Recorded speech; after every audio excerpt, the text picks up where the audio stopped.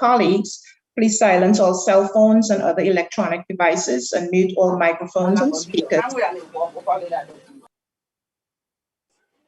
on your computer and iPad unless speaking. I invite the co-host to mute any microphone or speaker that's causing interference with regard to anyone who's not speaking or presenting or asking a question. I'll take a formal roll call as this is a virtual meeting. Chair Ross, present or yes? Thank you. Present. Member Adams? Present. Member Gavin? Present. Member Gawol? Present. Good morning. Good morning. Member Gonzalez? Member Gonzalez? I muted. Member Gonzalez, can you? Present. Thank you so much. Member Young? Present. Chief Operating Officer Vito? Present. Thank you. There are no members of the public who registered as required in order to provide comments. As such, we will proceed with the regular calendar. The first order of business is a motion to adopt the minutes of the regular meeting of Wednesday, June 16, 2021. Do I have a motion? Motion. Seconded by? Second, Young, Board Member Young. Thank you. All in favor? Aye. None opposed. Thank you very much. Chair, do you wish to provide any comments? Just a couple of things to advise the board of. We have been keeping close watch on events in Washington. I'm sure that everyone else is doing the same. I cannot predict if I could do that, I'd probably be in a different job, but we have a lot of numbers floating around in Washington right now. We have no idea if any of them are going to stick. We're not clear on how much is going to come to housing in a second bill, because the first infrastructure bill, the bipartisan, is traditional infrastructure, if I'll use that term. The president's budget was very encouraging, but the biggest plus-ups for HUD in the president's budget are the voucher program. There is additional money for public housing, not as much as we've been hearing about here locally, and also additional money to finance improvements in public housing. So we're tracking this, I think, as well as we can. And I know that we have a lot of encouragement from our delegation for very, very large numbers, 80 billion, for example, and 40 billion for NYCHA. I just cannot report with any certainty we know how that's going to play out. We've been working with the HUD staff on a number of ideas around our programs, our ideas, and we're going to continue to do that. We will be reintroducing the trust bill in January. So we have not, we have that as our goal and objective in the next legislative session in Albany. We're going to continue to discuss the bill, the idea, the approach of the blueprint with residents and other stakeholders. We're probably going to gear up later in the summer to begin a variety of meetings, including, I hope, in-person meetings for the first time. So those are just a couple of quick updates on some of the big picture ideas. I also hope at one of the briefings to give the board a feel for the reorganizational efforts. I know that Eva gave us a briefing last time on the transformation plan, but we'll talk through some of the more specific pilot programs that we're going to be working on and hoping to take to scale that would have impact on day-to-day experience. And I think the other thing to point out is I know on the docket today we have our audit, and I just want to give a shout out to the finance staff and the other folks who work so hard with the auditors. I mean, these audits are very, very prescribed and very specific, you know, a lot, and make a high demand on time we have our presentation on that, and we're really encouraged by the audit. We continue to come to the board with good observations on the part of the auditors. And I also want to give some recognition to our staff, particularly our staff at the properties, and as we emerge from this COVID, we have a lot of people who just did amazing work, all up and down the line, and folks that showed up every day, folks that sort of braved the unknown. I mean, we had no idea what we were getting into, I think, when this descended on us. And I just think it's important that we publicly acknowledge the contribution of the workforce and the operations team, among others. I mean, there's so many others that contributed, including our staff working on vaccination and the departments that supported operations, obviously. So it is maybe a reflective moment for us as we transition out of COVID.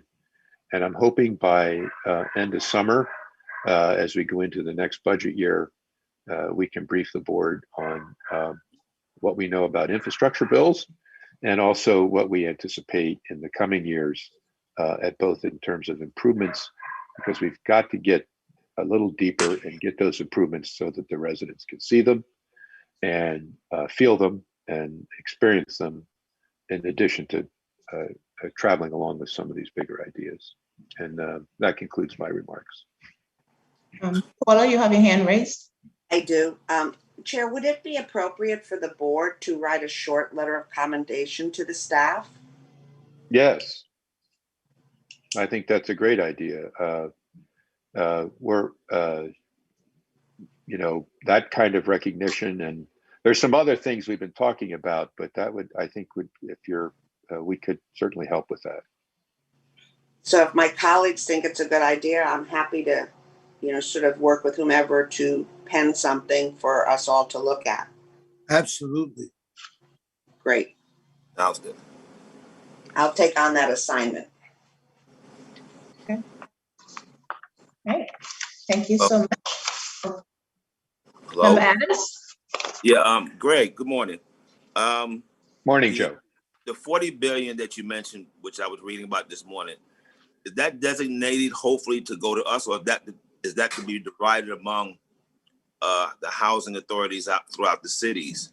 If that's the case, because if that's the case, then it would come to $1,212 million per city. I think, unless I read it wrong, that's what I thought it said. No, you're correct. The president's proposal, and this is only a proposal, I want to be clear. He's proposed two chunks of money. There's 27 billion and 13 billion in his 40. The 27 is a mix of grants, additional RAD, choice neighborhood grants, and other financing mechanisms. It's not a straight capital grant. The 13 is divided into two chunks: 6 billion in regular capital funding for all of public housing, and another 7 billion for smaller public housing agencies that have had difficulty accessing capital in the past. Often at the smaller agency, their scale precludes them from doing the larger capital. In the 6 billion, we would get a portion of that. So now that's not to say we can't get money in the 27 either. I mean, but I want to emphasize to the board, this is a framework document. It's not, we don't have the exact lines of everything that the administration's proposing, but that's on the administration side.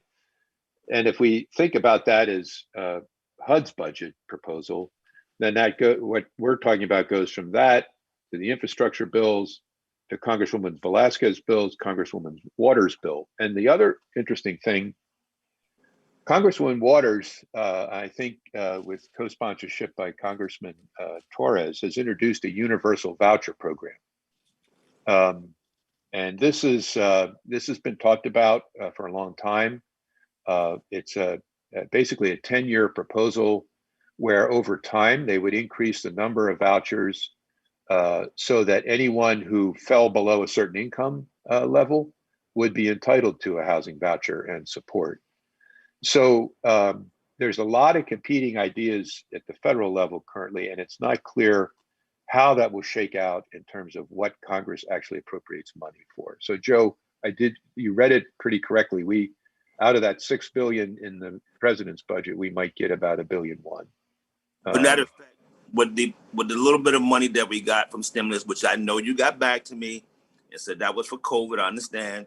I wasn't questioning what pocket you put it in. I'm just saying, with that, does it, the way that they operate with a little bit of money to catch up on the things that COVID damaged us with, would that affect possibly what they might give us?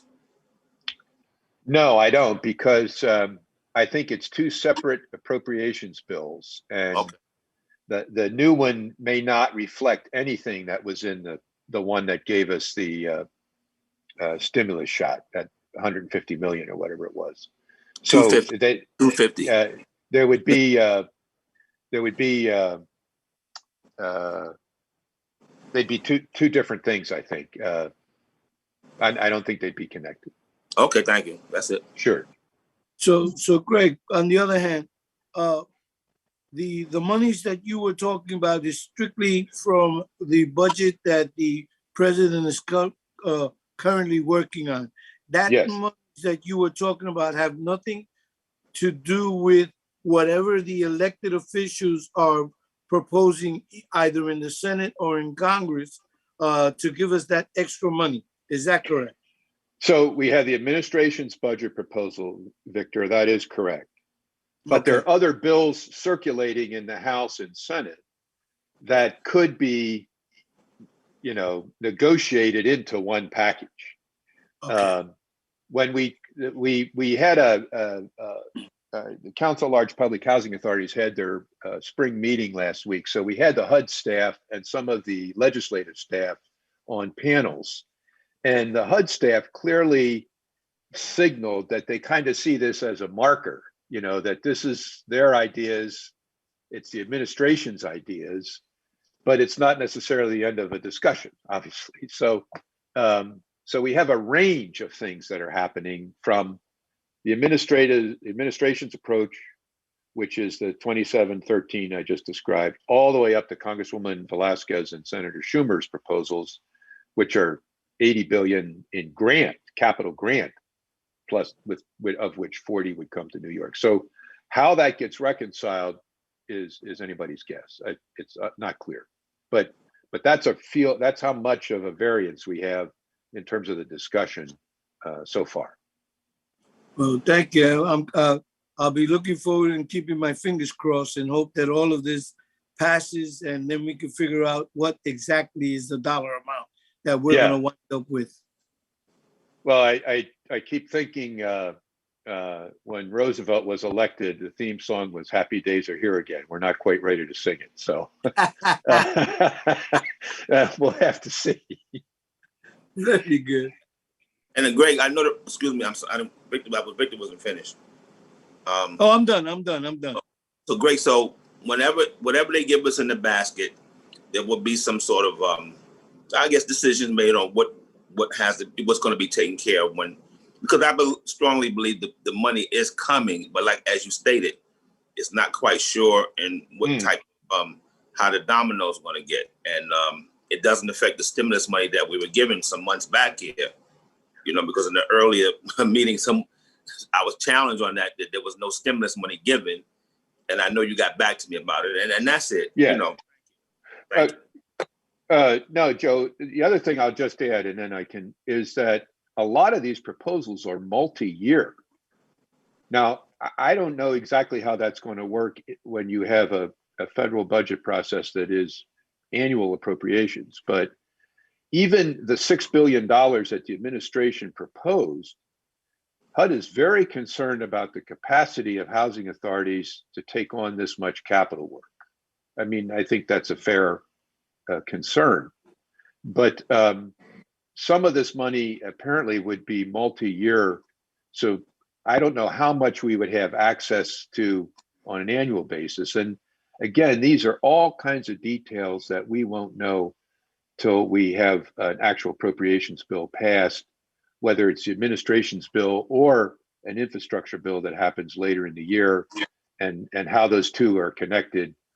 A lot of that still has to be worked out. It's just not clear how it's going to work. But as soon as we have information, we'll share it with the board, because we're already planning for this. We're already planning for some kind of capital infusion and trying to figure out when we're doing comprehensive modernization, how should we approach that? What properties would have to go in front? If it's a multi-year program, we can't do everything at once.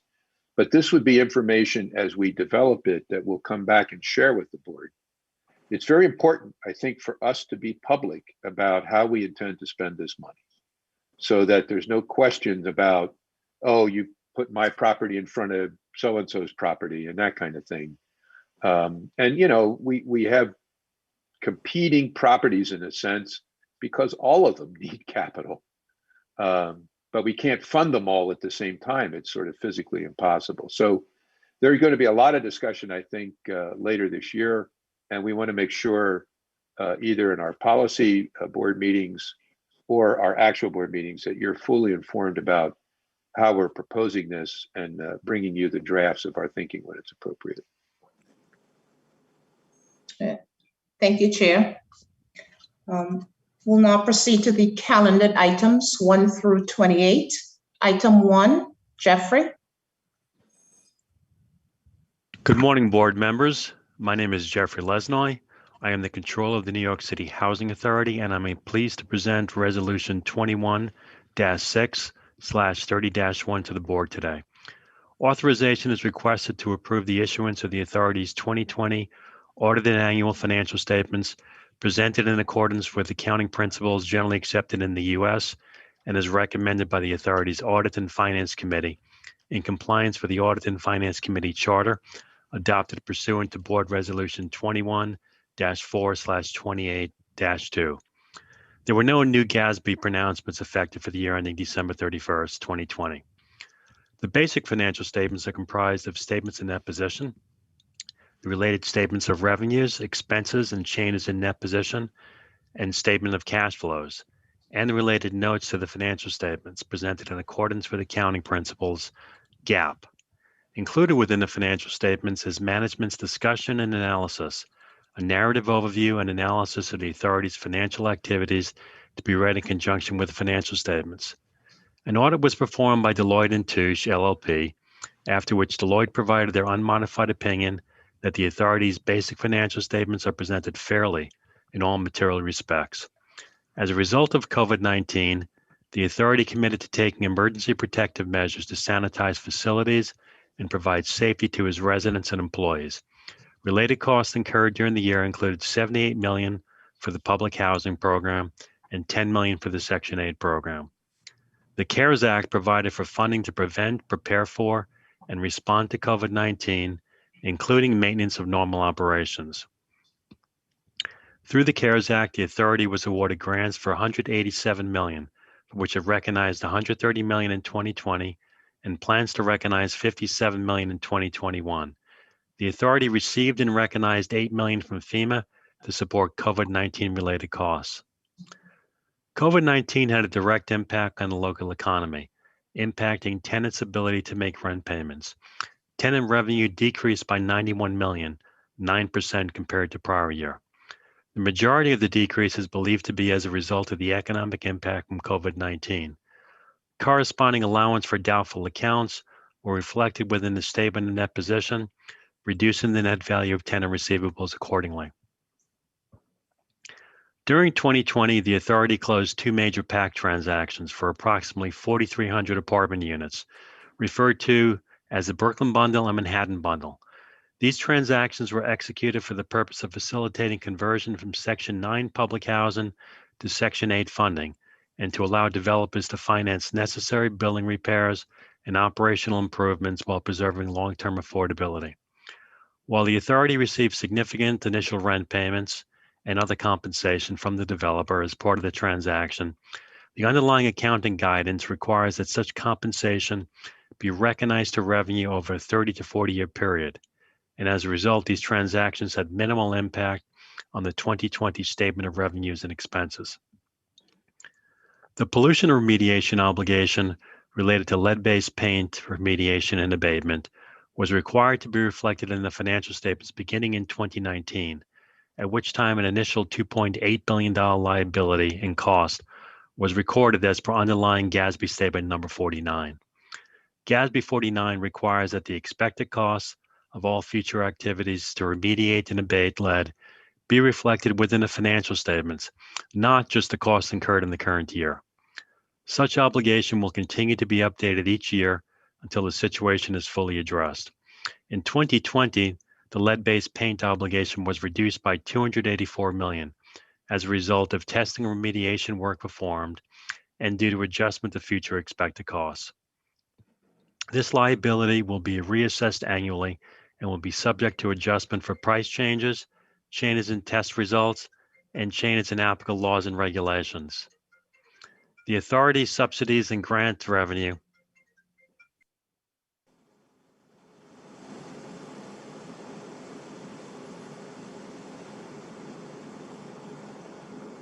The authority's subsidies and grant revenue in 2020 was $2,722 million, a $205 million increase over 2019, $130 million of which relates to the CARES Act and $77 million increase in Section 8 Housing Assistance Program, which also corresponded to expense increases in the leased housing program. The authority classifies the impact of its pollution remediation obligation as a special item within the statement of revenues, expenses, and changes in that position. The authority's 2020 loss before special items and capital contributions was $505 million, as compared to a $451 million loss in 2019, or a $54 million loss increase. While there are a variety of offsetting expense and revenue changes which contributed to this loss increase, there was a notable $130 million OPEB increase, which is other post-employment benefits, which was driven by a decline in discount rates, and this is a non-cash expense though. Capital contributions during 2020 were $950 million. The largest sources were $359 million from the Federal Capital Fund, $385 million from FEMA, Sandy related, and $102 million from City Capital Grant. Net position at December 31st, 2020 is $1,752 million, which is an increase of $646 million over prior year. Cash and investments in the aggregate across unrestricted and restricted categories were $1,747 million at December 31st, 2020, a $6 million increase over prior year. While the total is roughly flat, there has been some shift towards restricted cash and investments and those designated for claims payable. With that, I have covered the noteworthy topics and transactions affecting the financial results for the year ending December 31st, 2020, and I have provided you with a full set of financial statements within the briefing memo. Authorization is now requested to approve the issuance of the authority's 2020 audited financial statements. Please let me know if I can answer any questions. Thank you. Adams, good morning. Hello? Yes, good morning. Member Adams, proceed. Yes, okay, so in our previous meeting, I was trying to entertain a question with you about the stimulus money that was given to the agency, which you challenged me saying that you didn't hear anything about it. And you just heard us discuss this. And I understand this is the budget ending in 2020. Before I could even get to the next part of the question, you just told me to find an email where it's said, and I told you it was a news item on a couple of channels, and Chairman Russ, I sent him an email. He got right back to me and told me it was to help out with the COVID-related hits. And, you know, he wasn't specific. He just said it was for COVID-related issues that we had. So I'm trying to figure out what and where. I know it's 2020, but did you finally hear about this money that I was trying to ask you a question about? Because you just literally cut the air on my question and openly challenged me about the money that you said you never heard about. Board Member Adams, I could speak specifically to the CARES Act, where 150 million was granted for the Section 9 public housing program, and 37 million was granted for the Section 8 funding, 187 million in total. Beyond that, there may be other funds that we received that you may be referring to, but the CARES Act covered $187 million. Was that for 2020, or was that the money allotted going into this calendar year? Well, that's what we were granted for 2020. We did not draw down on the complete amount. We drew down on 120 million out of the 150 million for the Section 9 funding, and we intend to draw down the additional $30 million in 2021. For the Section 8 program, we were able to draw down the full 37 million, but we only spent 10 million of that in 2020, and the remainder 27 million will be spent in 2021. So from a CARES Act perspective, that pretty much sums up the funding. Okay. More questions? This is, are you finished? Unmute your speakers or increase volume. Is there a volume button here somewhere? Oh, yeah, maybe it's there. Excuse me, can you, Joseph, were you finished? Yes. Okay, great. I just wanted to confirm that on our call, this was covered. So we did indeed hear about the 187 million that was awarded to us related to COVID. So I think it's great that we just reconfirmed it. It was 187 million. And I just also wanted to add my commendation for the amazing work on the audit. To get a clean audit with this scope and scale is just extraordinary. So thank you all for that. Thank you, Board Member Gavin. Jeff, hi, it's Greg. I think one of the things is we also got some small amount of money from FEMA, and that is related also to some of the impact here. But I appreciate the time you've taken to call it out. And I also appreciated your presentation. I realize I don't understand every single acronym. And one of these days I know there's a glossary somewhere, you'll have to teach me. But I'm very excited for all the financial staff that worked on this, because these are complicated things and impacted, as you described, by how the financial accounting systems view certain costs and liabilities, and also how we have to manage. So I just wanted to acknowledge the effort to get to the place where we are. Thank you, Chair Ross. Okay. Madam Secretary? Member Adams? Yes. When he called out the start of the presentation, is this item 1 or was it called 21? It's item 1. Okay. Thank you. He gave the entire number 21,630, which includes the year, the month, and the day, but it's item 1. All right, thank you. Okay. Thank you so much, Jeffrey. We proceed to item 2, Patty. Good morning, everyone. My name is Patty Bayros, and I'm the CIO at the New York City Housing Authority. Thanks very much for your time, and I'll be presenting item number 2 for your consideration, which is a request to ratify a contract for cabling and wireless hardware and related services. This request is for approval to ratify the new contract with Interface Cable Assemblies and Services Corporation, or ICAS, to provide cable and wireless infrastructure installation and maintenance services for data and voice communications. The contract defines an on-demand model for the services and support by the vendor. It's for a 5-year term, effective June 1st, 2021, for a total not to exceed amount of $17 million. NYCHA uses both wireless and wired technologies to connect development buildings to their respective property management offices. This creates a local network at each development, which we refer to as a campus area network, or a CAN. These CANs support critical applications such as the elevator remote management systems, internet protocol-based access control and security video management systems, central heating application systems, and electrical monitoring systems at the development locations, which are obviously crucial to our operations. I'm happy to take any questions. Hi, Patty. Adams, good morning. Good morning. First of all, thank you for sending the information. I wish you could bring it up on the screen because this is how a contractor, a vendor is supposed to respond. He stated it clearly in his response on his letter, on his writing, that if the systems go down or whatever, they were prepared to do some sort of backup or, improvise right away. He had his name on it. He had, all the relevant information that makes it easy to read, to understand that what we're paying for, it seems to be something that's going to be very, very important and useful. I just wish you could bring it up on the screen because it is a perfect example when people are asking to do work and we're bringing them in and giving them this type of money, the type of response that he gave. So thank you. You're welcome, Board Member Adams. Thank you.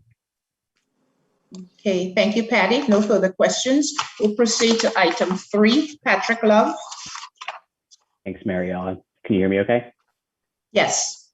Okay, perfect. Good morning, everyone. I'm Patrick Love, Senior Project Manager with the Real Estate Development Department. Today, I'll be presenting Board Resolution number 3 for your consideration.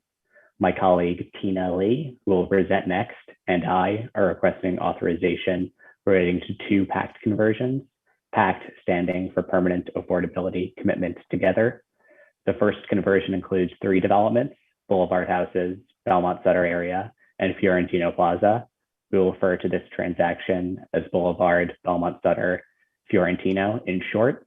The second conversion presented by Tina includes 2 developments, Linden Houses and Pennsylvania Avenue, Wortman Avenue. We will refer to this transaction as Linden Houses, Penn Wortman in short. I am the project manager for the conversion of Boulevard, Belmont Sutter, and Fiorentino, and my colleague Tina Lee is leading the conversion of Linden Houses and Penn Wortman. Both of these conversions are going through PACT, and there are commonalities across each, and I will be presenting on some of the overarching characteristics of both of the deals, and then I'll move on to present the specifics of Boulevard, Belmont Sutter, and Fiorentino's conversion. Tina will then present on the specifics of Linden Houses and Penn Wortman.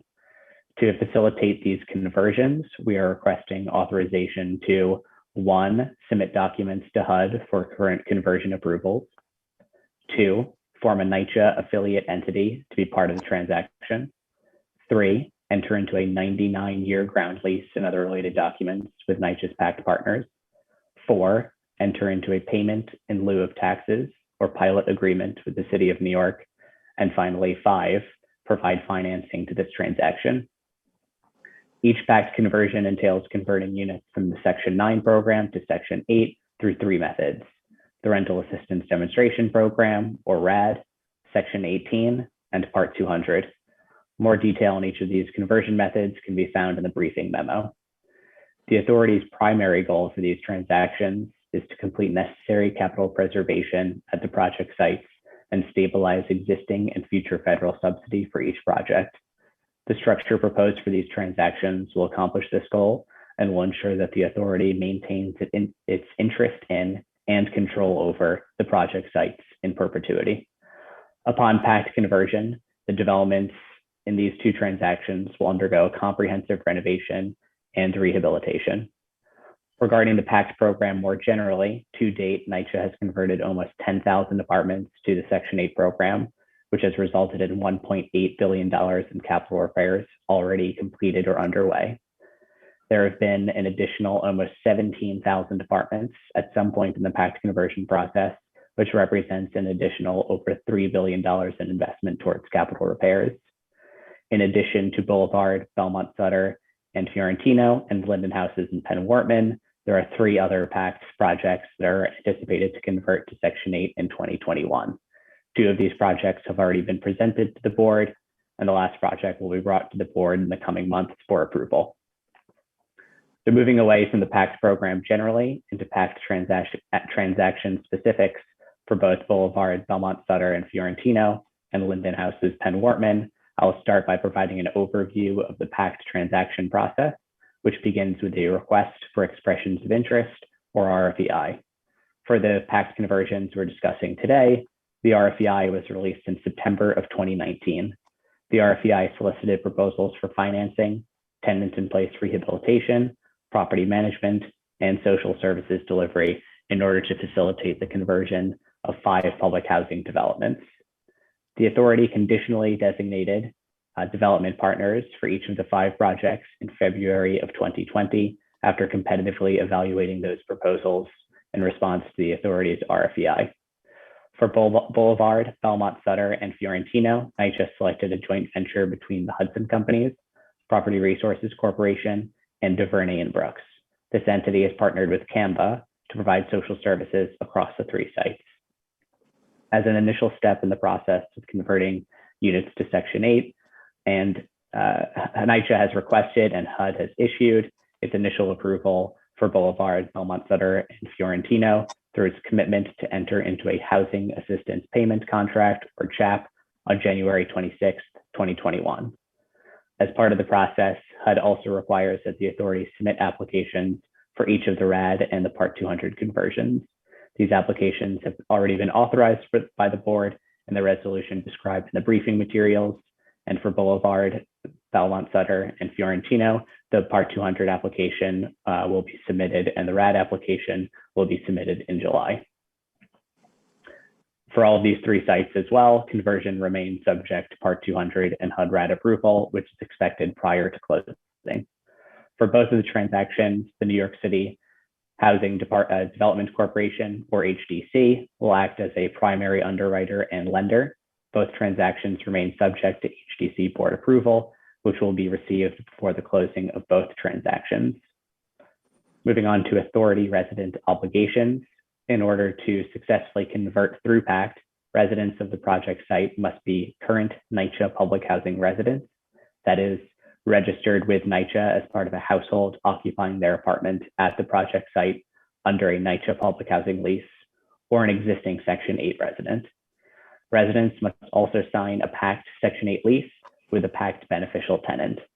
The PACT Section 8 lease was developed by NYCHA and has been updated over time to include feedback from residents, tenant advocates, and stakeholders. The PACT Section 8 lease cannot be changed without NYCHA approval. Residents will be asked to attend information sessions that outline the PACT Section 8 lease and how they can add family members onto their lease and who will pay their rent, who they will pay their rent to after the conversion. Residents will also be provided information about free legal services prior to the signing of the PACT Section 8 lease and encouraged to utilize those services as soon as possible, to not wait to ask questions about the Section 8 lease. Moving on to authority resident benefits and protections. For all PACT conversions, residents must sign a Section 8 lease in order to benefit from HUD's RAD resident protections upon the conversion, which are mandatory on the developments pursuant to the terms of the Housing Assistance Payment, or HAP contract. For both conversions, NYCHA and the PACT partners have been in close contact with residents concerning the actions that must be taken as part of the NYCHA public housing resident in order to successfully convert to project-based Section 8. Specifically, residents have been provided written information regarding their obligations and responsibilities in order to successfully convert to Section 8.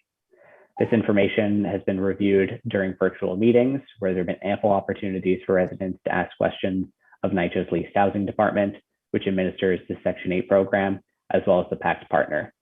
Most recently, on May 4th, the Boulevard, Belmont Sutter, and Fiorentino PACT partner held meetings to cover the new Section 8 lease with residents. Further, a legal services hotline has been established by the Legal Aid Society, and it is available for residents to answer any and all questions about the Section 8 lease or any other questions related to residents' obligations and responsibilities in connection with the conversion to the Section 8 program.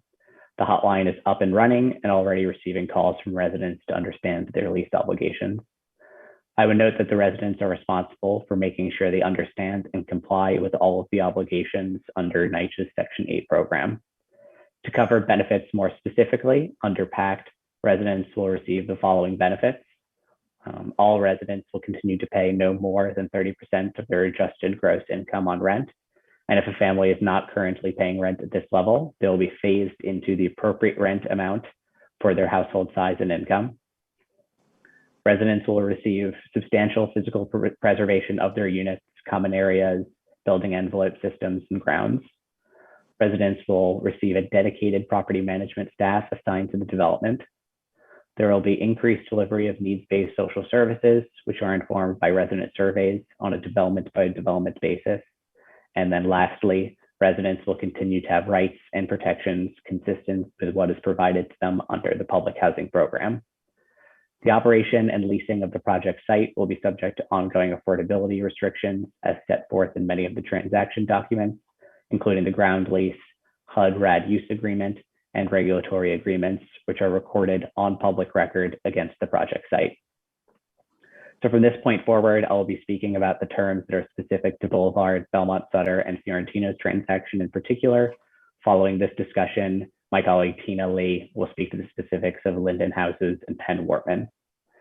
Boulevard, Belmont Sutter, and Fiorentino contain 1,673 units and are located in Brooklyn's East New York neighborhood. The map of the development is shown in Exhibit B of the board resolution.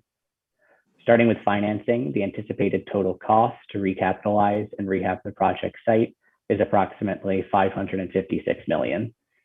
The scope includes significant renovation of each unit, including kitchens and bathrooms, rehabbing building infrastructure and amenities, preserving significant historical elements, implementing security measures, and developing and implementing a social services program tailored to the individual needs of each development's community. Additionally, the development will become compliant with the uniform federal accessibility standards, which govern accessibility requirements for the buildings. The transaction budget includes a total acquisition value of approximately $97 million. This is broken down as follows, with all figures being approximate at this time. $37 million will be paid to NYCHA as a cash acquisition payment at closing. These funds will be used to repay $21 million of existing NYCHA debt, which will also occur at closing. And then the balance, $39 million, will be held by the authority as one or more notes repaid from cash flow. In terms of cash flow that will go to the authority in connection with this transaction, in addition to the $37 million upfront acquisition payment, it is anticipated that the authority will receive an estimated $34 million from project cash flow over 30 years. The transaction will be financed by a number of sources, which are described in more detail in the briefing memo. These sources include a $334 million loan from HDC, which will be insured through HUD's Federal Housing Administration Risk Share Program, $126 million in federal and state historic tax credit equity, and at least approximately $5.5 million from equity contribution from the PACT partner. Moving on to resident engagement, the authority and the PACT partner have met with residents and will continue to engage with residents throughout the pre-development period via remote meetings and written notices. NYCHA and the PACT partner have held over 14 meetings across the 3 sites with residents since October 2019, with a pause on in-person resident engagement during the height of the COVID-19 pandemic in New York City, starting in March of 2020. Resident engagement then resumed in December of 2020 through resident teletown halls, hotlines, mailings, virtual meetings with resident leadership, and other safe, socially distanced or remote methods of communication and engagement. As it relates to hiring plans, the PACT partner has provided a hiring plan that will provide Section 3 hiring and training opportunities, along with other economic opportunities for residents. These opportunities are further described in the memo, but in total, it accommodates 106 economic opportunities, including a total of 54 Section 3 hires. Regarding the transaction documents, it is anticipated that there will be a payment in lieu of taxes or pilot agreement with the city, to which taxes will be abated, so as long as the affordability agreements established in the lease are maintained. In terms of other transaction documents, the legal documents, agreements, and other corporate actions that will be entered into closing are described in greater detail in the briefing memo. As for the closing date, we are estimating that this transaction will close on or about October of 2021. Thank you for your time. Happy to take questions. And then if there are no questions, as I mentioned earlier, my colleague Tina Lee will be presenting the next board resolution regarding the PACT conversion at Linden Houses and Penn Warman. Thank you. It's more of a. Member Go ahead. Gonzalez. Go ahead. Go ahead. Whoever wants to ask. Go ahead. You go ahead, Victor, because you're going to be a PACT person. So you go ahead. You go first. Okay. Well, first of all, Mr. Love and Ms. Lee, I want to thank you for seriously considering some of the suggestions that I had made with regards to moving forward and how the transition between NYCHA and the incoming management team would operate. And that would clear up some of the, shall we say, logistics at the development, and it would make the transition so much smoother and more effective. So thank you both very much. Oh, Member Adams. Absolutely. Thank you, Board Member Gonzalez. I'm not sure if you're the gentleman from construction that I had the meeting with a while back. It might have been Jonathan. I'm not sure. I don't want to get you confused with someone else. But in that meeting, him and Ms. Trimble talked about the language in these resolutions talking about PACT. And they told me going forward that it would be a little bit more precise and stronger to what residents are facing. Okay, and I agreed. I said, fine, the benefit of the doubt. This is something I don't want to try to hold up because, I understand how important it is. But when I'm told something specifically and agree, to just wait and see, I've done that. In regards to the rights and protections, you talked about the legal aid 800 number. That number is consistently jammed. There has to at least be 2 more entities that people need to get help because there are going to be things taking place. Now, I understand that once y'all do the business end of this, that the private management will pick up and carry the ball from there. But if you're going to mention these things, then you have to be more explicit. I do not see that.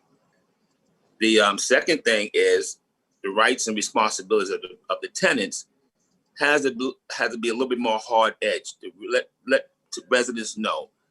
I know from a respectful standpoint, you can't say, well, you will be evicted or kicked out, but you have to state something that makes people raise their eyebrows and take attention. Now, I understand going forward that they have these meetings and stuff like that, but this is the first stop here. I'm one of these people that live in these buildings, so I'm looking for certain things. I was told certain things. I still do not see these certain things. There was one more thing. Someone mentioned in the meeting that the residents will get new bathrooms. I'm not sure about any other development, but the ones they're doing over here by Bath is flimsy, cheap, and it's something for someone that lives in that just comes in and goes to work. In housing, there's a lot of hard use on materials. There's a lot of vandalism sometimes, and these things look like they would not hold up under that. But the only reason I mentioned it because someone stated in the Q&A that new bathrooms would be given to the residents, and that does not seem to be the case. So those are the 3 issues I have with this. Ms. Trimble reached out to me numerous times. I still don't see the thing, so that's that. I have no more questions regarding that. Thank you. Board member, it's Jonathan Gavaya. So we I met with you. Yes. So we spoke about the language, and there's a section that we added to the resolutions this month. It should be in your package. It's called resident obligations. So it should be there where we tried to make it. I read it, Jonathan, and it's still not slightly impactful enough. And we discussed this already. I don't want to keep beating this horse to death, but I want to move on with the meeting. I know what you told me, and as my word as a board member, I said yes. At that time, I can support this. Let's move on based on what's going to happen next and what you're going to show me. That was not the case. I read it, and I do not agree with what you're saying this morning. I'm sorry. Okay, well, I know Heather reached out to you, so we can schedule some separate time to sort of get the language right. But every month that we've talked about it, we've tried to add features both to our board resolutions as well as to our engagement with residents where we think we're making it clear, but I guess we're not there yet. So we're going to set up some time with you to really get into it, just to make sure we get it right. You know, Heather can pick up this piece. I mean, all due respect, I don't want to have any more meetings about this. We discussed this numerous times. I agreed to what you told me, okay? And I did that on good faith because I do not want to interfere with this. But as I'm a person, I don't know if you understand, I'm a person that lives in here. I'm looking for certain things to be said, looking for certain things to be done based on what I was told. Reach out to Heather. She has another lady, I can't recall her name, who can help y'all with this language. Okay, I think I've committed enough time and meetings with this, and there's still nothing has come out of it productive for me to review it. With all due respect, I'm just sorry. So we can move on. I have no more questions. Okay, thank you, Member Adams. Thank you, Ms. Jonathan. Jacqueline, I want to provide a comment. Yes, Chair. So I think I view this a little differently and just want to be clear because I think the level of the resolution that we're passing is about the framework of the entire process. The specifics related to what is in the lease or what obligations are incurred, those are there. They're not listed in the resolution itself, but the actions that we have talked about as a group and individually are embedded farther down in the documents. And the lease lays out the requirements that we've talked about, and everything from when to pay your rent to who's in your household and what your responsibilities are. And those are discussed, and it might be useful to at some point share the kinds of things that we cover with residents, even though it's not a specific set of things in this resolution. Those obligations are part of this deal. And that may be some of what we're experiencing, because for a transaction is complex. What we're basically doing is launching this ship, but the actual navigation of it is really in the lease itself, how the lease is framed, the pre-closing work that we do with residents to make sure that they understand what they've got to take on.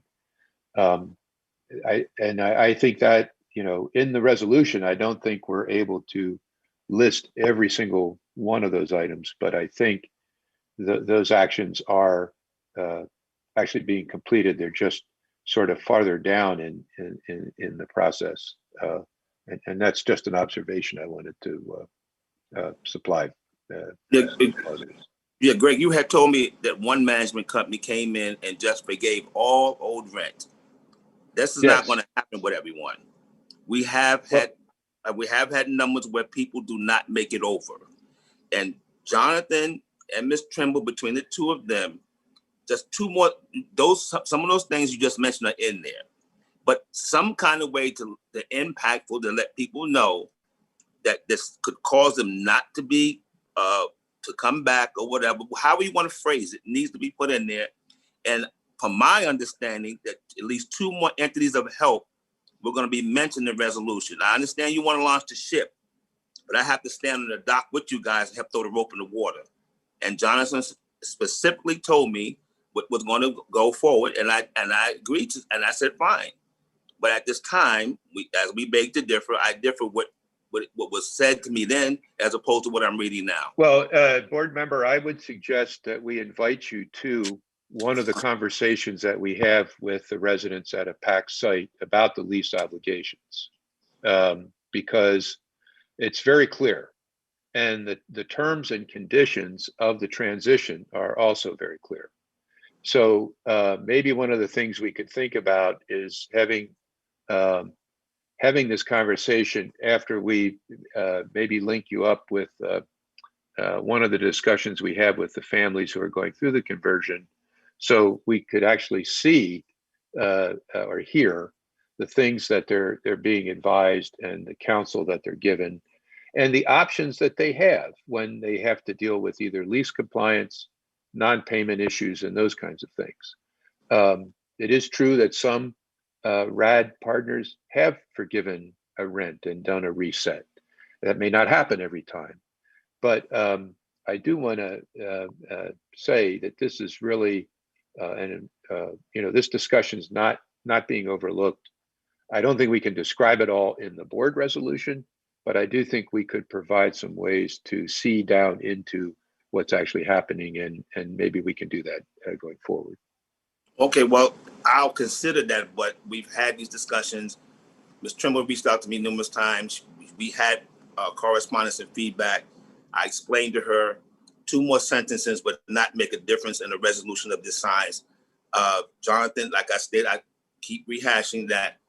At that time, I said, okay, fine. Okay, you have to state in there that there's at least 2 more entities besides legal aid that will be, I need to see this, and whatever you want to do with the residents going forward, I have to sleep at night knowing I saw something, it was in there, because I'm one of these people, and I just put it forthright and honest like that.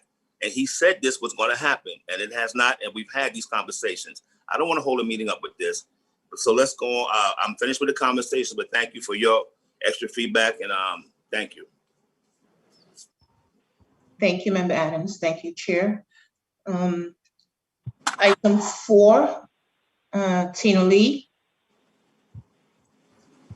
Hi, good morning, everyone. Can you hear me? Yes, it's pretty low though. If you can raise your volume, that would be great. Okay, I'll try my best. Is this better? It's a little better. Yes, just keep your voice up. Thank you, Tina. Okay, great. My name is Tina Lee. I'm a senior project manager in real estate development, and I'll be presenting board resolution number 4 for your consideration. As my colleague Patrick Love mentioned, the conversion of Linden Houses and Penn Wortman has many commonalities with the conversion of Boulevard, Belmont Sutter, and Fiorentino, and is asking for similar action. As such, for my presentation, I will be speaking to the deal-specific details for Linden Houses and Penn Wortman. As part of the RFEI that Patrick mentioned in his presentation for Linden Houses and Penn Wortman, NYCHA selected Stanley Avenue Preservation, a joint venture represented by Dante's Partners, Douglaston, L&M Development, and SMJ Development, the developers, Levine Builders and L&M Builders Group, the general contractors, C&C and Clinton Management, property managers, and the social service provider, University Settlement. As an initial step in the conversion process, NYCHA requested and HUD issued its initial approval for Penn Wortman through its commitment to enter into a housing assistant payment contract on February 23rd, 2021. HUD requires NYCHA to submit applications for each of the RAD and Part 200 conversions. These applications have already been authorized by the board in the resolution described in the briefing materials. Part 200 application for Linden Houses was submitted recently on June 8th, and Penn Wortman's RAD application will be submitted in July. The conversion remains subject to Part 200 and RAD approval, which will be received before closing. Patrick discussed rights and protections afforded to PAC residents. For Linden Penn Wortman, the PAC partner has held 8 resident meetings to discuss the PAC conversion, including 2 town halls to specifically cover the new Section 8 lease. Moving on to the project description, Linden Houses contains 1,586 units and Penn Wortman 336, totaling 1,922 combined. Both developments are adjacent to each other, located in Brooklyn's East New York neighborhood. The location is shown on the map attached as Exhibit B of the board resolution. The current 20-year physical needs assessment is $408 million for the project site. The anticipated total cost to recapitalize and rehab the project site is approximately $632 million. The scope, like Boulevard, Belmont Sutter, and Fiorentino, also includes significant renovation of units, including new kitchens and bathrooms, rehabilitation of building infrastructure and amenities, preservation of significant historical elements, mitigation of lead and asbestos hazards, the implementation of security measures, and the development and implementation of a social service program tailored to the individual needs of the community. The transaction budget includes total acquisition value of approximately $218 million. $600,000 of existing debt will be paid at closing. In terms of cash that will go to the authority in connection with this transaction, in addition to the $50 million upfront cash acquisition payment, it is anticipated that the authority will receive an estimated $153 million from cash flow over 30 years. The transaction will be financed by a number of sources, which are described in more detail in the briefing memo. This includes $414 million in loans from HTC through the FHA Risk Share Program, and at least approximately $19 million by way of an equity contribution from the PAC partner. Lastly, the PAC partner has outlined a hiring plan that will provide Section 3 hiring, training, and other economic opportunities, which are further described in the memo, but in total, it accommodates 74 economic opportunities, including a total of 46 Section 3 hires. As for the closing date, we are estimating the transaction to close on or around November of 2021. Thank you for your time. Hi. Good morning. Hi. Adam Skip. You stated that the new management team, are they the ones guaranteeing people new bathrooms, or is it the actual contractor? Because I'm observing stuff being done at a Rad Impact site near me, and what they're using is nice shell stuff, aesthetic stuff, covers, not new bathrooms, not new toilets, not new sinks. It's just shells that go over the pre-existing things that are in the bathroom. I just assumed that the plumbing and stuff was done because it wouldn't make any sense, but those are not new bathrooms. I'm not sure in the case of this management company, what they might be doing, but when you said new bathrooms, maybe they're using a different vendor or a different contractor, but that's just not the case. I just happened to stumble across it. They accidentally left it outside for people to see, and people were standing there looking and commenting, and I walked upon it. This is the contract at this particular site is called Bath Fitters. They're putting shelves over the wall, over the bathroom walls, and over the tubs. I'm not sure what they're going to do with the toilet and sink, but that's not new. Board member, that is new. No, it's a cover. Yeah, but that is an acceptable way to rehab a bathroom. Well, from expense, yeah, I understand that from expense status and to move work along quickly, I understand that. But the term new to me is that somebody comes and takes out my toilet and gives me something else that I won't. The bath fitter only covers the tub. It doesn't cover the other fixtures. It covers the tub and the sides of the walls. Yeah. Yes, that's it. The other stuff is the other fixtures in the bathroom would have to be upgraded and replaced. So those devices only, or that product only covers the bathroom tub and wall area. If it's used as you described, it would be specific to that. And there could be other products like the vanities and the toilet and so forth that are fully replaced. So it actually could be a combination of things to give that bathroom the upgrade. It gives it a better look for sure, but in public housing, things take a beating. And what I looked at, that won't last too long. I'm sure it does look nice though. I saw it when we went to visit the Bay Plaza. I looked at it, but I didn't get to actually see it as it was being unloaded on the truck and actually touch it. In public housing, things take a beating from natural day-to-day use, and sometimes with children and kids or different other things, there is minimum vandalism or whatever, disregard for the stuff.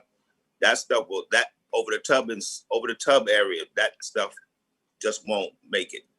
As far as the sink, I can't apply anything as far as new or not being. I did not see that. I started to take a picture, but I didn't want to make the vendors and contractors out there uncomfortable, because I'm always challenged to say, well, where did you see this? What did you see? Well, if you come over this way, my wines, and take a look at some of the stuff they're using, you'll see it. And I can guarantee that for sure. And I don't have it. I'm just calling when you say new, that I'm expecting new. I've been given new stuff in here, and I've been given refurbished and fixed stuff, and I know the difference. And I'll just leave that as is. Then we can move along. Thank you. Okay. Thank you, Tina. Before we proceed to items Jacqueline? 5 through, yes. Sorry, can I just make one clarification? There was reference made by the board member about conversations with myself and Eva Trimble. Sure. Eva wasn't actually part of those conversations. I think there were a series of calls with Vilma a few weeks ago. So I just wanted to clarify that point, and myself and Vilma. Okay. Thank you. You, Jonathan. That's noted for the record. And thank you, Tina. Before we proceed to items 5 and 7, it's already 11:06 and we're only on item 5. So I'm just simply going to ask all of the remaining presenters to just stick to the specifics of your item in order so that the public and the board, understands the item in your presentations. Thank you so much for your cooperation. Items 5 through 7, Razul. Good morning. My name is Rasul Azanjad. I'm the Vice President for Healthy Home. I'm presenting item 5, 6, and 7. Item number 5, seeking authorization to award IDIQ contract between authority and Led by Example Environmental LLC for lead-based paint clearance in inspection. This is a 2-year contract with 1-year renewal option to be exercised at authority's sole discretion. The lead-based paint clearance is required when you do any type of remediation work, which disturb lead-based paint, or any abatement work that we are anticipating to do. The lead by example is a minority-owned business enterprise. They have done some work for us in the past, XRF testing. The minimum requirement of this contract is $250,000. The maximum is $2.6 million. The funding is operating and the source is federal. Under Section 3, they mentioned they will hire 1 lead inspector. The VNC was requested on May 4th, 2021, and is pending, and we will not award until we get the clear VNC. Any question on item number 5? Please proceed. Okay. Move to item number 6. Authorization is requested to award the IDIQ contract between the authority and SAI Environmental Consultant Incorporated for lead-based paint clearance and inspection. This is a 2-year IDIQ contract with 1 year of renewal at sole authority discretion. Again, lead-based paint inspection and clearance is required anytime we do remediation or lead abatement as per local law, HOT guideline, and EPA. The minimum requirement guarantee is $250,000. The maximum is $2.6 million. SAI is non-minority enterprise, and the funding is operating, and the source is federal. Under Section 3, they mentioned they will hire 1 lead inspector and 1 lead-based paint risk assessor. The VNC for this vendor was requested on May 18, 2021, and is pending. We will not award until we get clearance on VNC. Any question on item number 6? Okay, I'll move to item number 7. Again, authorization is requested to award IDIQ contract between the authority and the ALC Group, LLC, DBA, ALC Environmental for lead-based paint clearance and inspection. This is a 2-year contract with 1 year renewal option at sole discretion of authority. Lead-based paint inspection clearance is required under local law 1, HOT guideline, and EPA anytime we do disturbance of lead-based paint on all abatement and remediation work. ALC is non-minority owner business enterprise. They have done work in the past for us, close to $3.6 million. Then minimum requirement of this contract is $250,000. The maximum is $2.6 million.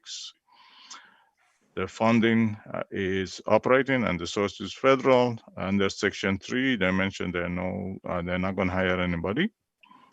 The VNC on this vendor dated June 4 to 2021 was vetted, and there is no issue to award this contract to the vendor. Any question? Thank you, Razul. Thank you. Proceed to items 8 through 13. Angela?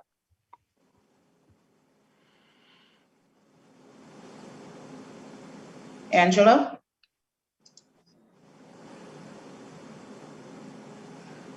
Angela?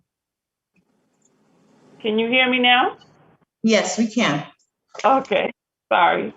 Good morning. My name is Angela Gaston, Vice President of Bronx Management. Angela, you just muted yourself again. Hi. Okay. I will be presenting Board Resolutions 8 through 13 for your hearing and consideration. Item number 8 is for J. Alper & Company, Incorporated. This is a 3-year contract with no renewal options.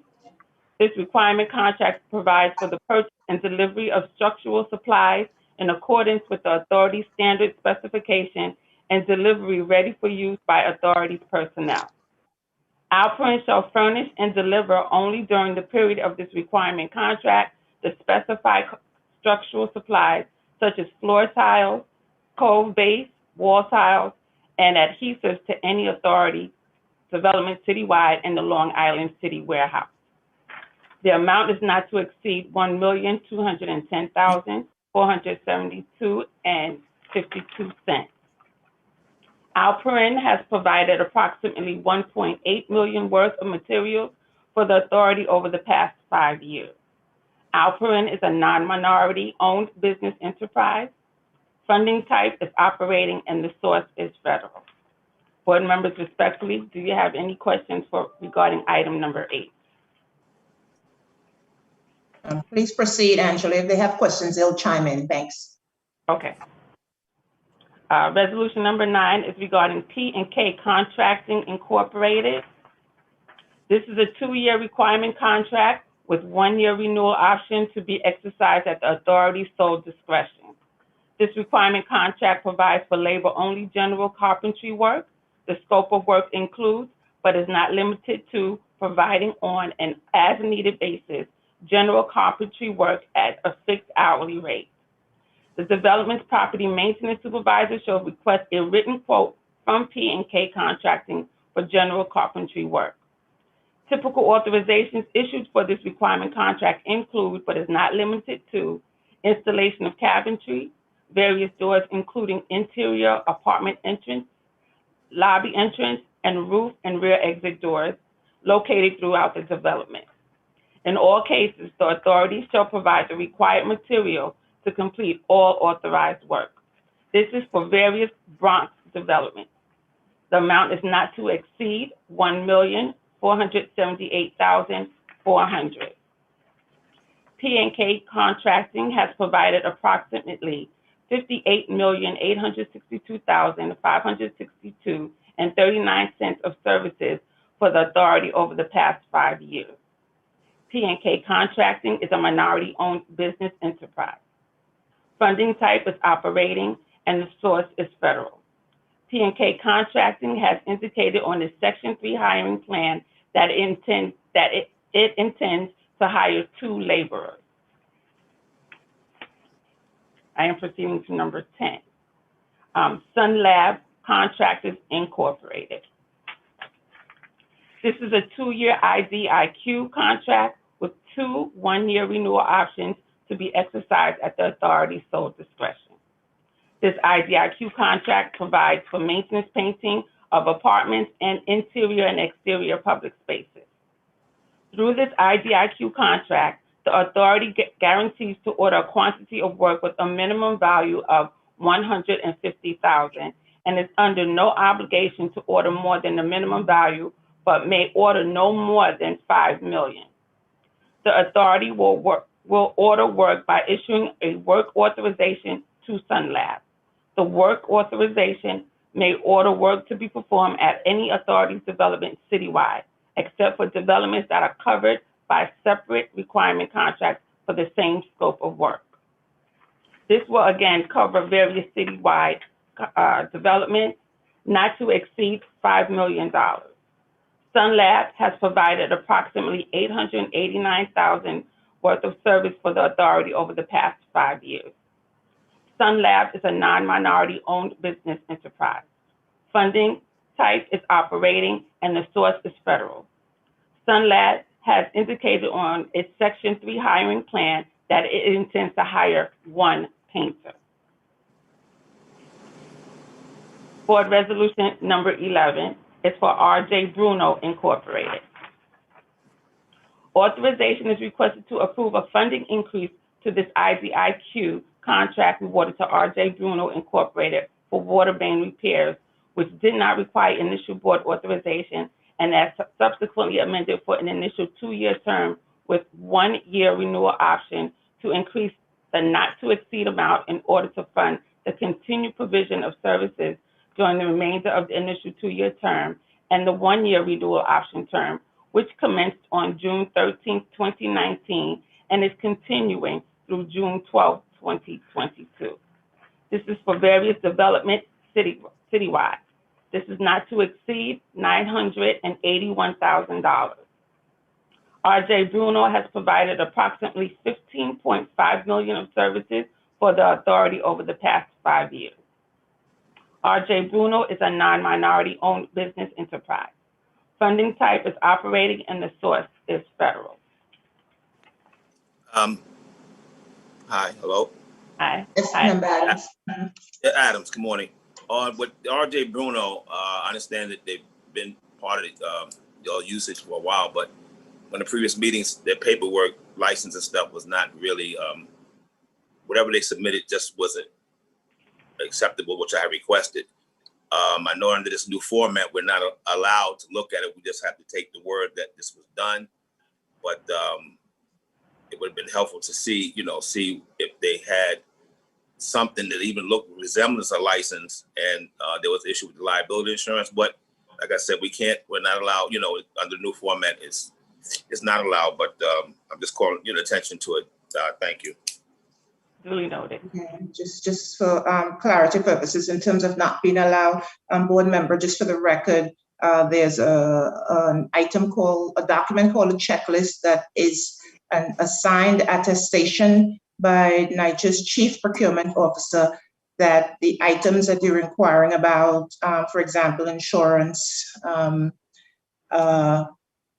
licenses, have been checked and verified by our Chief Procurement Officer. Thank you. Thank you, Madam Secretary, but okay. All right. Angela, please proceed. Up to Board Resolution number 12 regarding the vendor Campbell's Professional Services, LLC. Authorization is requested to approve a funding increase to this requirement contract awarded to Campbell's Professional Services for janitorial cleaning, general cleaning and debris removal, move-out apartments, and fire damage, which did not require initial board authorization and as subsequently amended for an initial 2-year term with 1-year renewal option to increase the not-to-exceed amount in order to fund the continued provisions of services during the remainder of the 1-year renewal option term, which commenced on February 13, 2021, and is continuing through February 12, 2022. This is for various Brooklyn developments. The amount not to exceed is $804,447.19. Campbell has provided approximately $1.55 million of services for the authority over the past 5 years. Campbell's is a minority-owned business enterprise. Funding type is operating and the source is federal. Campbell's has indicated on its Section 3 hiring plan that it intends to hire 5 laborers, 2 administrative assistants, 1 plumber's apprentice, and 3 floor installers. And my final board resolution, number 13, is regarding high-tech air conditioning services.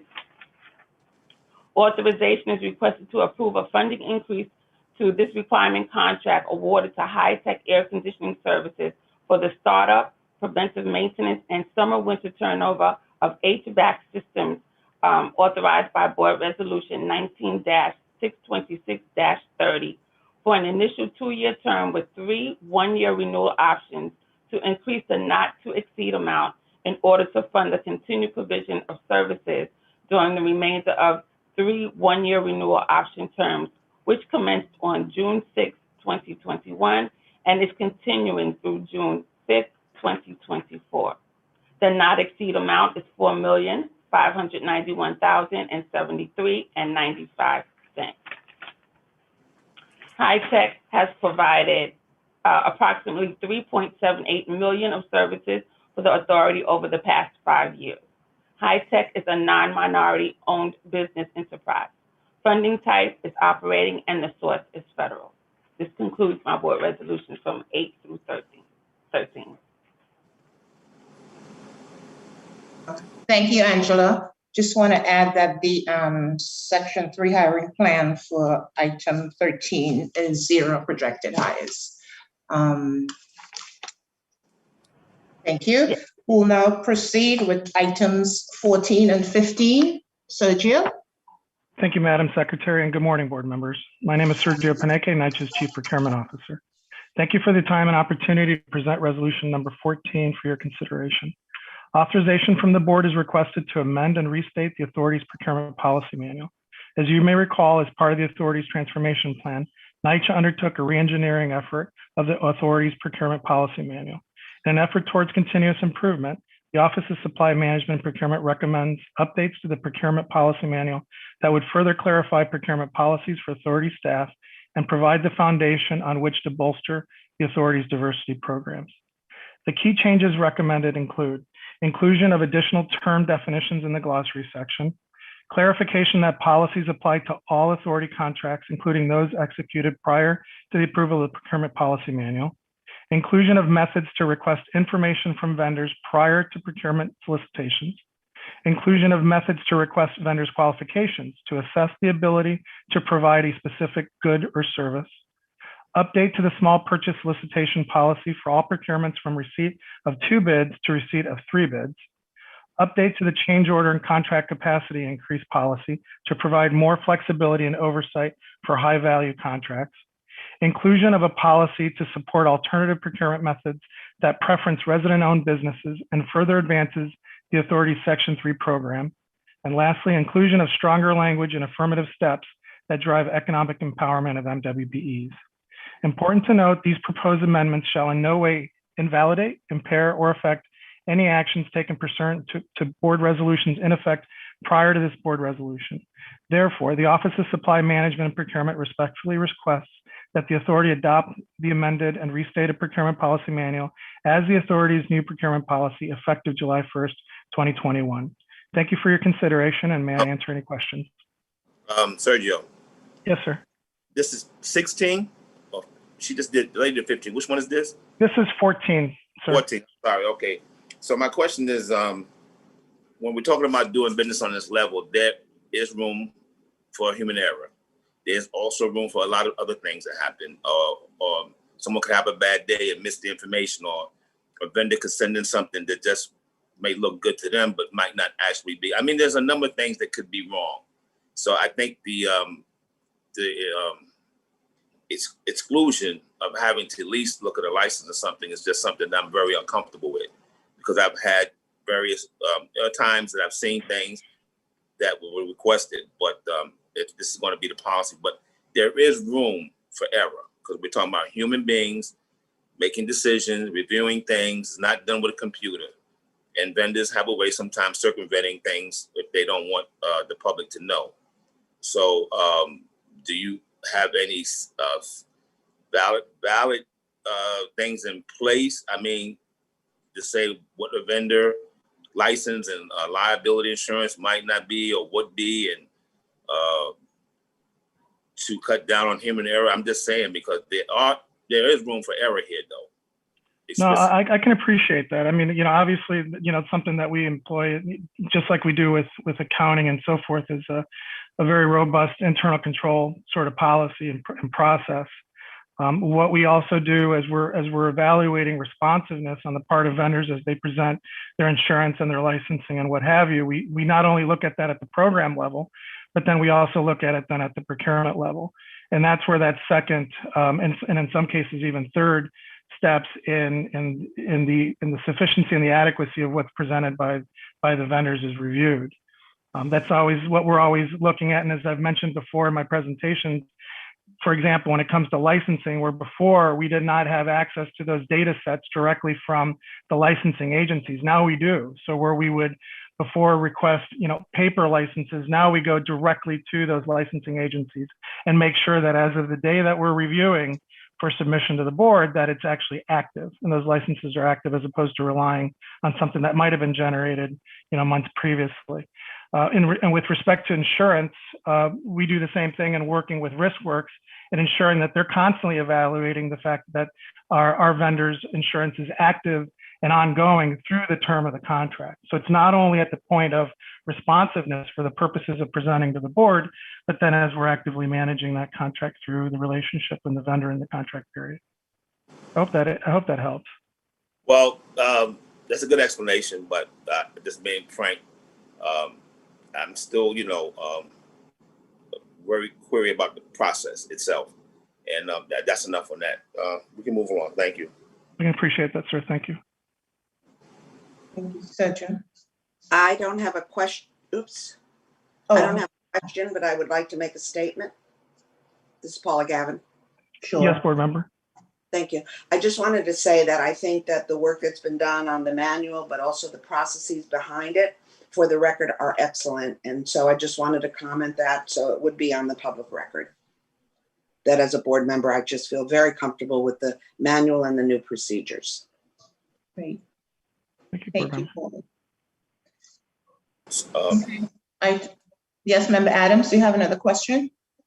No, I just wanted to restate with Sergio that I understand how diligent this effort may be, but for someone that lives in public housing and someone that knows how these things can go wrong, I'm not pointing the finger at anything specifically, but there have been instances where the paperwork has not been up to par.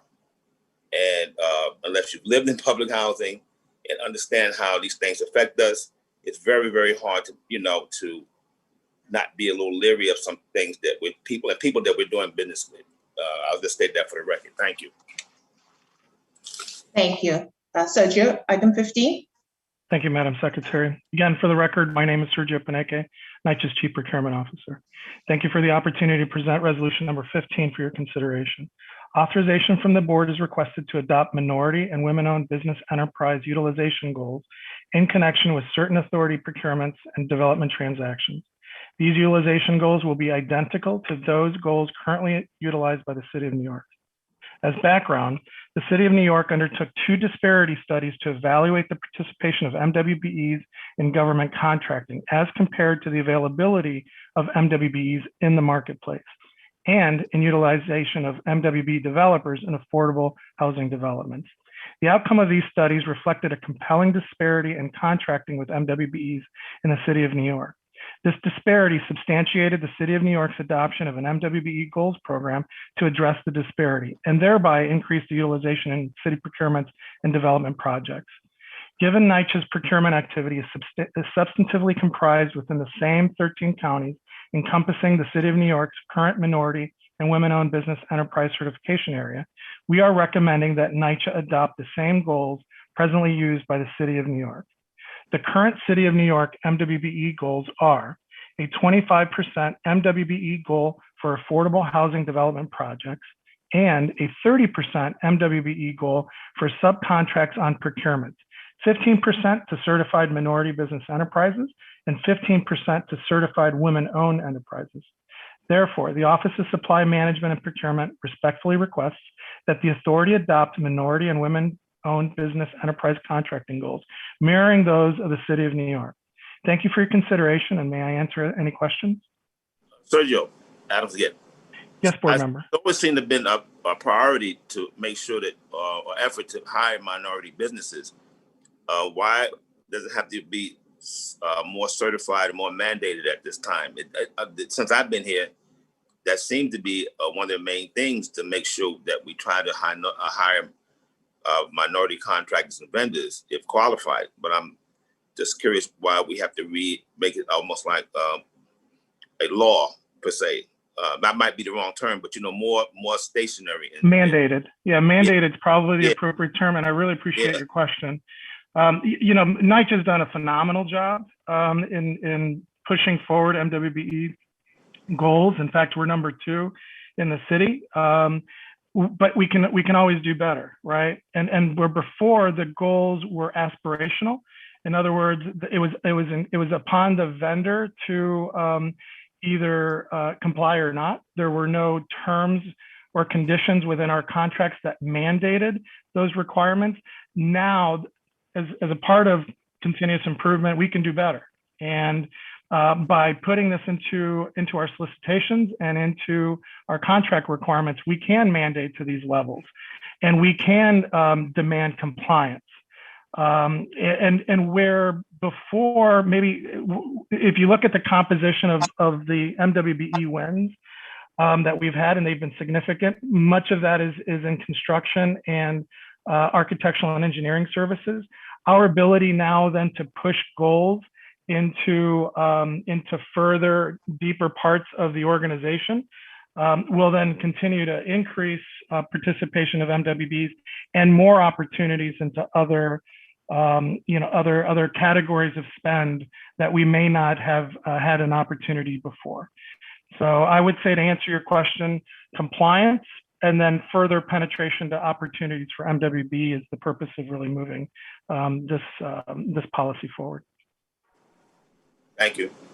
Sergio, I would like to add that in the past, the bids themselves were the key to all of this. And the fact that you and your group and those right before you have made the bids more attractive, that tends to get more contractors to bid on what we're doing now. Correct. So it's improving our vendor pool. But I believe that with the MWB policy, we're going to create even more opportunities for vendors, in particular MWBEs, and for that matter, Section 3. So yeah. I think this is a good move. Absolutely. Thank you, board member. Okay. Thank you so much, Sergio. Thank you, Madam Secretary. Thank you, board. Okay. We'll quickly proceed to items 16 through 23. Steve, Steve, you'll first move the 2 CPD reports into the record. Yes, thank you very much. Good morning, board members, Madam Secretary. My name is Stephen Lovesey, and I am the Executive Vice President of Capital Projects Division. Capital Projects Division reports on the Weatherization Assistance Program and CPD spending rate have been provided to the board and will be added and made part of the record. There are no questions. I will move on to board items number 16 through 23. Something real quick. Oliver Osterwin, yes. Is he part of your group? Yes, he's the VP of Project Management within Capital Projects Division, and he handled the Q&A this month. Yes, he did a very good job on that. Thank you. Thank you, Victor. I'll let him know. Okay. Board item number 16. Capital is seeking authorization to enter into 15 indefinite delivery, indefinite quantity agreements for construction management as agent services for the amount not to exceed of $600 million. The IDIQ agreements will provide professional construction management services on behalf of and as an agent of the authority related to pre-construction, construction, and post-construction work. The IDIQ agreements were linked into 2 groups, a type A and a type B. The type A agreements will have a minimum guaranteed work assignment of 1 million with project assignments valued at 10 million and above. And the type B agreements will have a minimum guaranteed work assignment of $500,000 with project assignments valued at a minimum of $10 million. This was procured as an RFP, or a request for proposals, and an evaluation committee reviewed those proposals.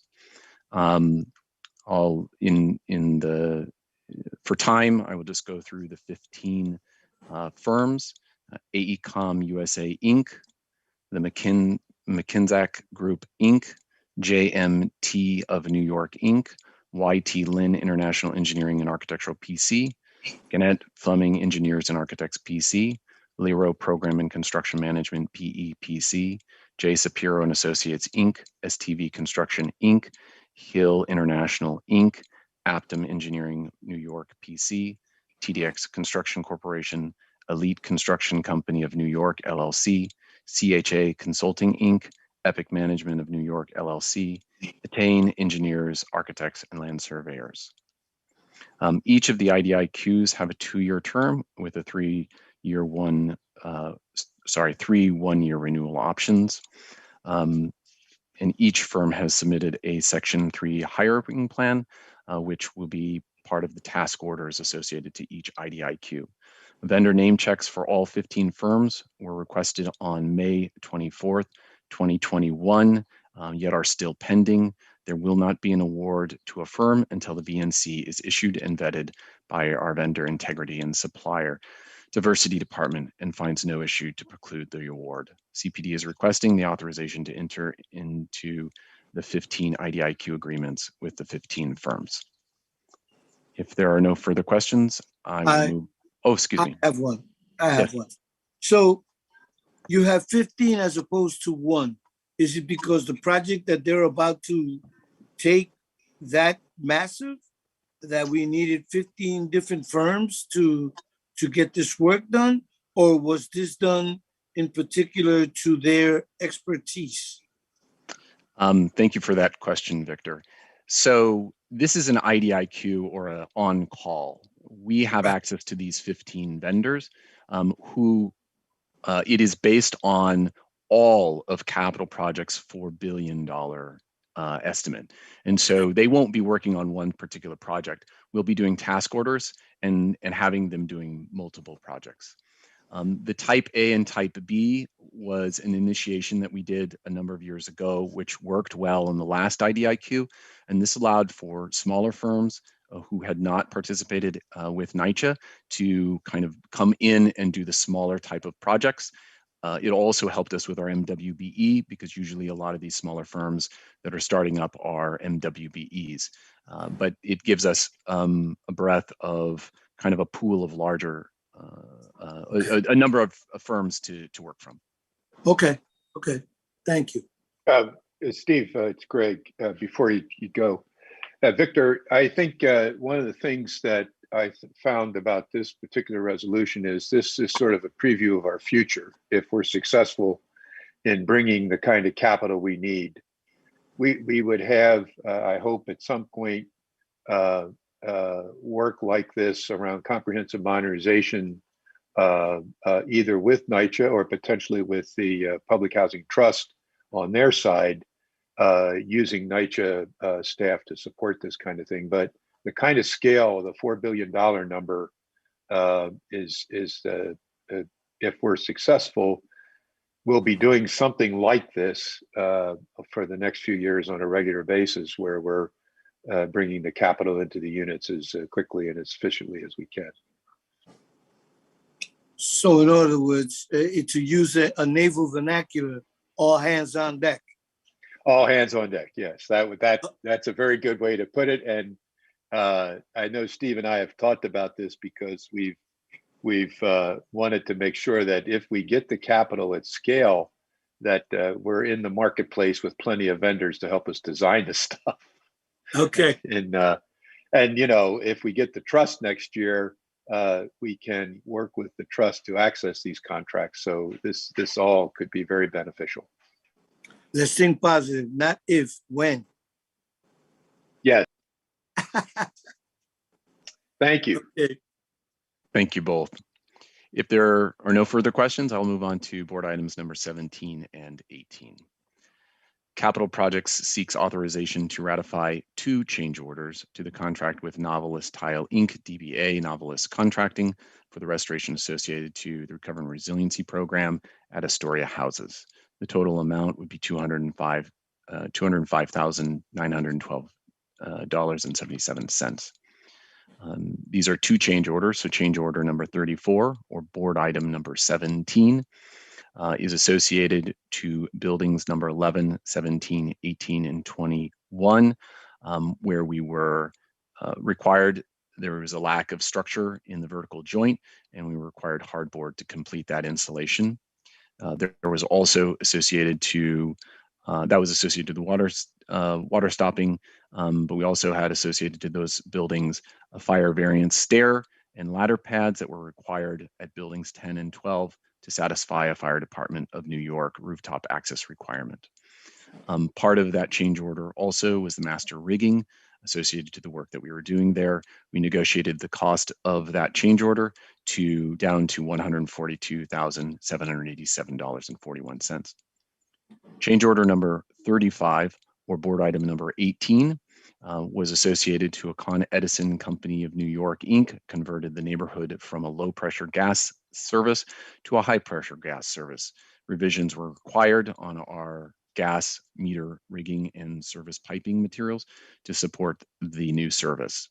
In addition to that, there was some ceiling heights in the electrical rooms that were insufficient for the equipment that we were installing, and so we had to add some mounting brackets for the wall. We negotiated this cost down to $63,125.35. CPD is requesting authorization for the ratify of those 2 change orders, which revises the total contract amount to $65,224,484.05.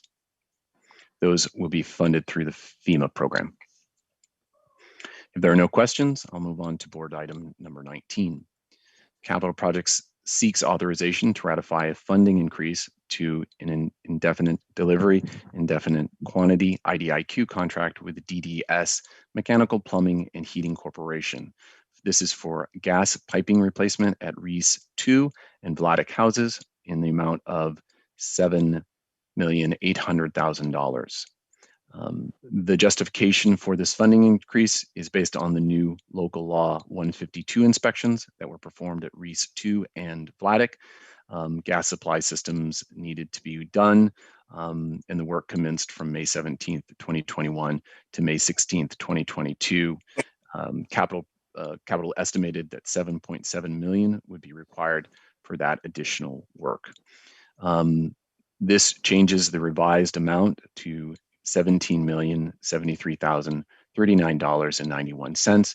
The additional increase in funds added 2 additional Section 3 hires. If there are no questions, I will move on to board items number 20 and number 21. Capital Projects Division seeks authorization to ratify 2 funding increases to the agreement with D&B Engineers and Architects PC. This is for professional construction management as agent services. This is for the Recovery and Resiliency Program at Carlton Manor. The total amount is $543,282.95. Funding increase number 7 is board item number 20, and funding increase number 8 is board item number 21. To get into the specifics, the funding increase is really required due to the additional inspections that were required at Carlton Manor by the New York City Department of Buildings. And in addition to the duration and change in the scope, the contract duration needed to change, staffing needed to be added, and that's the funding increase number 8. Capital Projects requests authorization to ratify these funding change orders. If there are no further questions, I'll move on to board item number 22 and then 23. Capital Projects Division seeks authorization to, as solely related to the elevator modernization contracts, these are the elevator projects, temporarily suspend the prerequisite authority approval of contracts that are valued in excess of $1 million, and change orders and funding increases. At each board meeting, Capital will provide an EMC report, a elevator report, including but not limited to the number of contracts awarded, the change orders, and any funding increases. This is very similar to the mayor's city heating program, which we used to report to the board, and the weatherization program, which we entered into the records today. NYCHA is committed to replacing 275 elevators by the end of 2024, and NYCHA anticipates awarding approximately 40 contracts through the life of this temporary suspension. This board resolution will enable the authority to meet the HUD agreement and the GDA guidelines and deadlines while still providing the board with essential information on the program. The proposed intent of the board resolution is really to establish and set out the policies and procedures of a temporary limited suspension to certain provisions of the authority's bylaws and the procurement policy manual in respect to these elevator programs. This will be effective immediately upon board approval and last 1,286 days, the last day of construction of the final elevator included as part of that HUD agreement. If there are no questions, I'll move on to board item number 23. Is this the little seashell right there? Anita, did you have a question? Steve, please proceed. No, sorry, I did not. Okay, thanks. Board item number 23 is similar to 22. Capital is seeking authorization to, as solely related to the heating plant contracts, temporarily suspend the prerequisite, the authority to approve those contracts that are valued in excess of $1 million, as well as change orders and funding increases. Again, at each board meeting,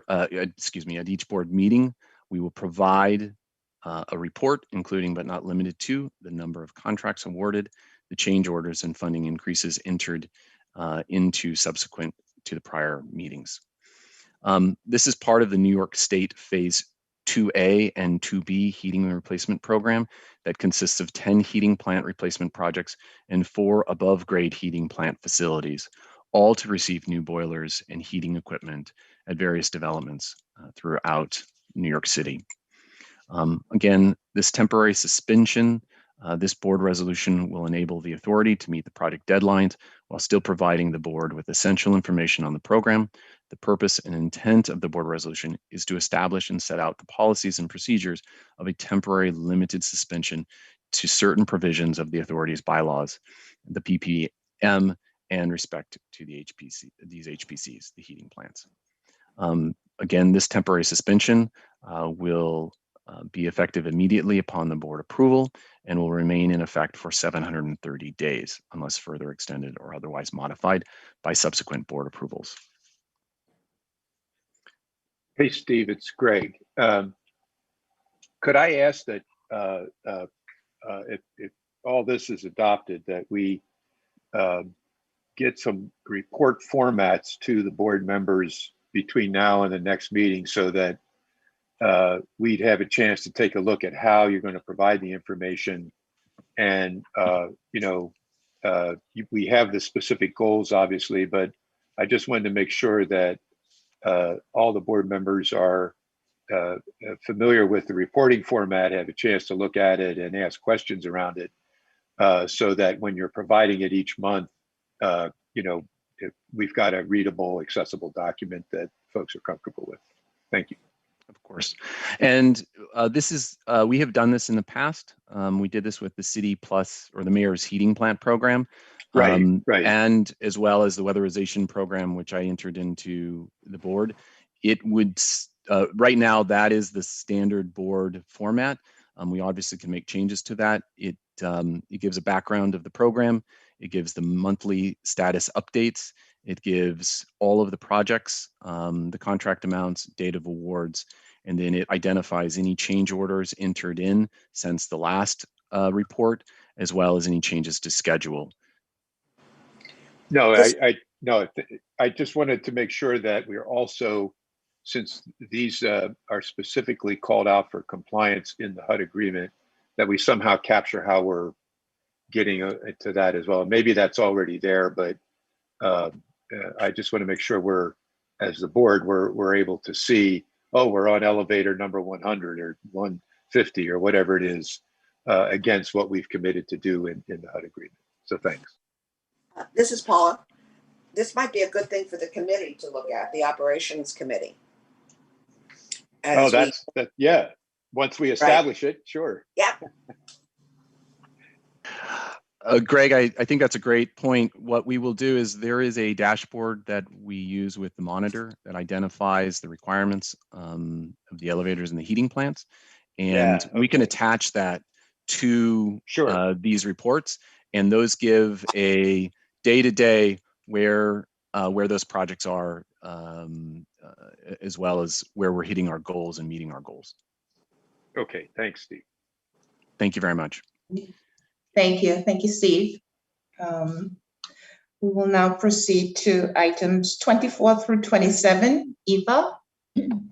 Good morning. I'm Eva Trimble, Executive Vice President for Strategy and Innovation, and I'm going to present on items 24 through 27.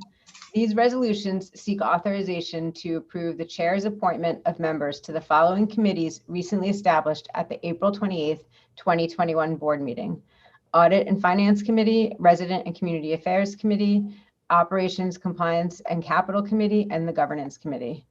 On March 8th, 2021, NYCHA received concurrence from the U.S. Department of Housing and Urban Development and the United States Attorney's Office for the Southern District of New York on the Transformation Plan. The Transformation Plan sets out the strategic vision for NYCHA's ongoing reform efforts. It will be followed by an implementation plan developed collaboratively by NYCHA and the monitor with inputs from residents and other stakeholders. The role of the chair and the full board is to set policy and provide oversight over the organization.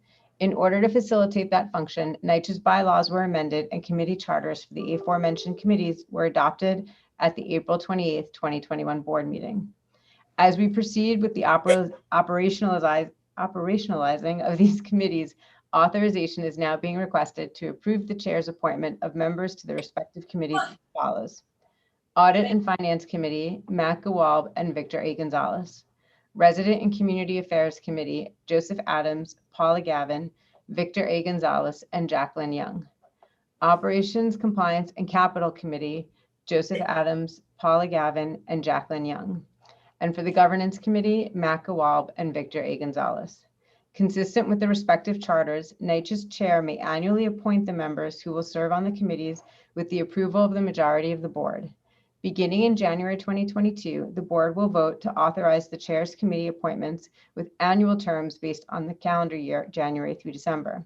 Therefore, the terms for the aforementioned committee appointments, which are subject to the resolution on this calendar, will be effective from June 30th, 2021 through December 31st, 2021. Further, after the board approves these chair's appointments of members to the respective committees, the NYCHA chair will designate the chairs of the respective committees pursuant to the committee charters. Thank you, and I will now take any questions. Okay, thank you. Thank you, Eva. We'll proceed directly to item 28. Lisa? Excuse me, Madam Secretary. Yes, Member Gonzalez. I would like at this time to put on record that I will abstain from this particular item on the calendar. Okay, that's item 28. Thank you, Member Gonzalez. That's duly noted. Thank you. Okay. Good morning, Chair Russ, board members, Madam Secretary, and colleagues. I am Lisa Bova-Hyatt, NYCHA's Executive Vice President for Legal Affairs and General Counsel. It is my honor to present this item, item 28, which seeks board authorization to appoint Victor A. Gonzalez as Vice Chair of the New York City Housing Authority's board. This item is being presented for approval pursuant to section 1.06 of NYCHA's bylaws, which addresses the election and role of the Vice Chair at meetings of the authority. This appointment of Board Member Gonzalez shall be effective today, June 30th, 2021, and shall continue through June 29th, 2022. I'm happy to take any questions. You can hear me? Yes. Okay, thank you very much, Lisa. There appears to be no questions. Thank you. Before moving on to the approval voting on the items, let the record reflect that the report on board-approved temporary suspensions for CPD's WAP-related contracts, change orders, and funding increases, and CPD spend update for May 2021 are hereby incorporated into and made a part of the record. Madam Secretary? Member Adams? Yes, I'd like to acknowledge that I'll be abstaining my vote on the following items. Yes. Number 1, number 3, number 11, and number 14. Okay. Just to repeat, 1, 3, 11, and 14. Yes, ma'am. Thank you. Duly noted.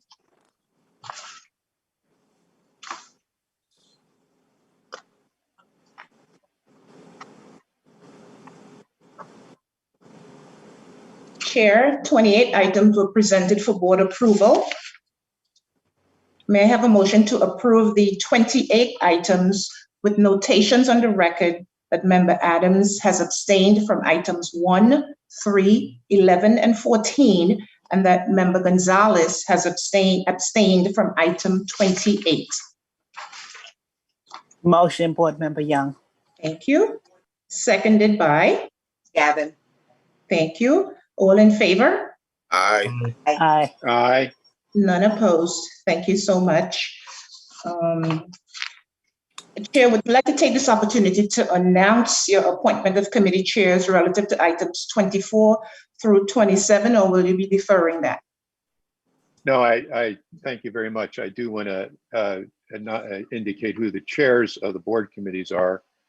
And I want to offer to Victor a hearty congratulations for being a vice chair. We're thrilled that you accepted. And this means that you give the chairman as rough a time as you care to. So, and A I round have of to applause for Victor. Yes. Yes. I'm just so pleased. Congratulations, Victor. It's really wonderful for the board and for you. Victor Adams, I'm really looking forward to seeing and talking to you as usual. You will do a great job. And Victor, I know that you're going to do a great job. And congratulations. This is Board Member Young. I'm very happy for you. Echo, Thank you. echo, echo. Thank you all very much. Thank you all very much. I'm going to try my best not to let any of you down for your support. Thank you. And the authority and the employees, as well as the residents, my fellow residents. Absolutely. Victor, thank you. And I want to thank the rest of the board too for support as we make these changes.